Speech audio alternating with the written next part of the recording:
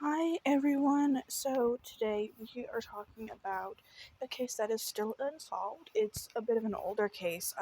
We're talking today about Faye Dollar.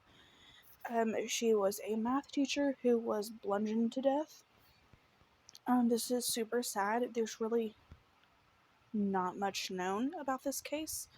There's not much out there about this case, I should say. I will say it's kind of weird. When we get into it, you're gonna understand that a certain someone was kind of not looked into more. Um, you'll know when we get there. But all links that I use for research will be down below. This is gonna be a bit of a shorter video just because of the lack of information I have, and this is probably partly because maybe there was a lack of evidence, but also because it's an older case. So I did want to put that out there. That this one may not be very long. Maybe in a similar time length to my Ernie Ortiz video. But let's go ahead and get into it. So, Faye was just 38 when she was murdered. Her body was found inside the trunk of her vehicle, and that was parked in a parking lot at a hotel in Atlanta, Georgia. On November 29th, 1980, she would tuck her two sons, who were 4 and 9 at the time, into bed and said goodnight. When they woke the next morning, she was gone, so was her vehicle, and her vehicle was a gold 1972 Monte Carlo. The boys called their father, who then called Atlanta PD. So that's how this investigation is going to start. But now we're going to get into a little bit about Donald and Faye, because I think it's kind of important that we know about them. Sorry, my voice is cracking. I haven't spoken and done a video in a while, so I'm very sorry. But Donald and Faye had been married almost 13 years when they began having marital problems. At the time, Donald was coaching the high school's basketball team, and Faye was a math teacher. I was not able to find a name of the school that they worked at, so I don't have that included. I'm very sorry. But she was absolutely adored by her students and coworkers. Their divorce was finalized in 1980 in September, and to some, she had kind of implied that Donald was a bully and that he treated her badly, which he, of course, would say wasn't true. And all we have now is his word for it and not hers, so.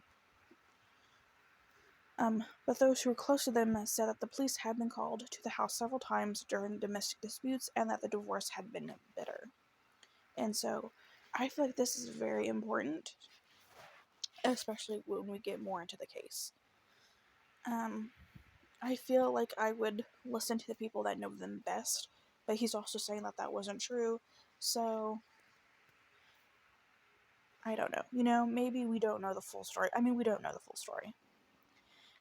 It's just like you kind of have to speculate on who you believe.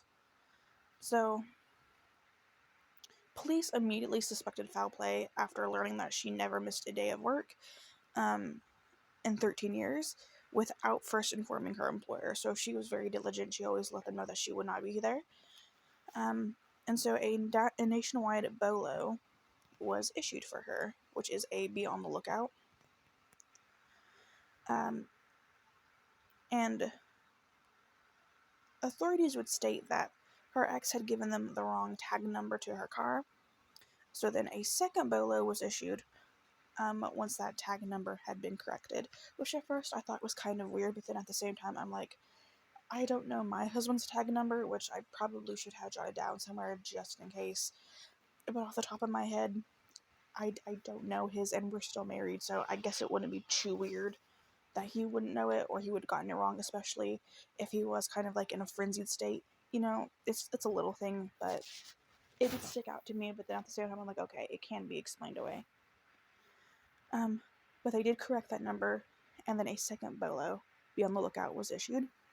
On the evening of December 4th, 1980, Officer J.A. Swope was making his rounds at the Admiral Benbow Inn, which is about 15 minutes from her home, when he discovered her vehicle. So personnel from the borough's identification section and a wrecker service were called to the scene to conduct an investigation. When they opened the trunk, they would find a naked body inside, and that would be Faye. The red dress she was last seen wearing was nowhere to be found. She was laying face down on top of the spare tire, which left an imprint on her abdomen. Her hair was still in curlers, and she was wearing a gold necklace. According to the police department, the vehicle had been parked at the hotel for less than 12 hours. The manager of the inn said she was not registered at the hotel. Dr. Robert R. Stivers performed an autopsy, which revealed her cause of death was blunt force trauma to the head. She was struck behind the left ear with a blunt instrument. She had been dead several days before her body had been discovered. So Donald was never named a suspect in the case. He was never named a suspect in the case, but he was questioned. With little to go on, police speculated that she left her house for a brief trip to the convenience store while her kids were asleep, or that she was forced to leave her house for some reason, and her case would ultimately go cold. After her death, Donald became a public enemy and said he feared for his and his son's safety. He received threatening phone calls, and people, they really became wary of him. But he would go on coaching and living his life, and we know that Faye would not. I just think it's weird that he was never named a suspect. I know that we don't have much to go on. It's just that they have such a bitter divorce. And I also read somewhere, I forgot to include it, I'm very sorry, that she had been given full custody, and he was not a fan of that. And so when I read that, I immediately suspected him.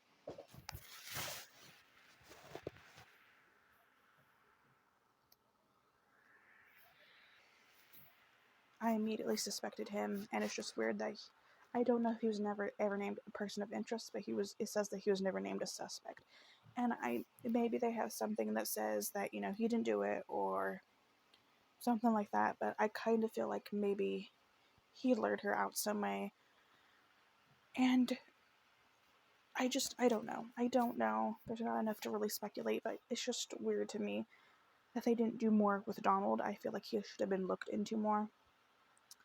And it's just wild to me that they just don't have anything. I think we can kind of guess about why she was naked in the trunk of her car, and that is disturbing and heartbreaking. And I wish that maybe there had been DNA or something, and maybe there was at the scene and there just wasn't enough, or, DNA analysis just wasn't the best then. I feel like if that had happened today, it might have been solved, and it's just really sad to know that it might not ever be. But I feel like Faye's case still deserved to be told.